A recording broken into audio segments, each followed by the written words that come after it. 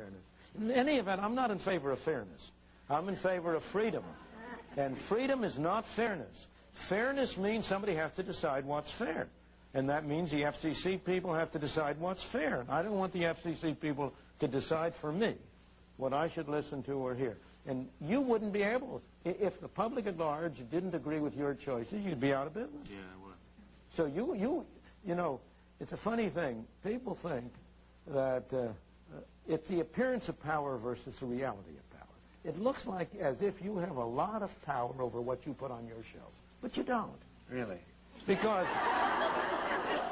if you didn't appeal to the public, if these people didn't like you, do a marvelous job. I'm not questioning that. But you do a marvelous job because you have found an audience for your product.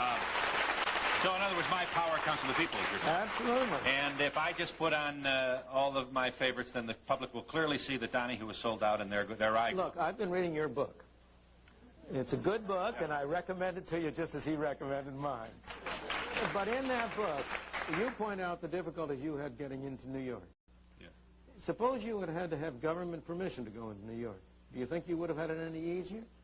Do you think you could have had as much independence as you've had? Mm-hmm. And under the Friedman laissez-faire broadcasting system, there would have been more opportunities for this from Dayton, Ohio to get into New York. Absolutely. There would have been more stations. There would have been, instead of 3 big networks, you would have had a much broader group of stations. You would have been able to break in much sooner. I don't know whether that's a good thing or a bad thing, but it would have happened.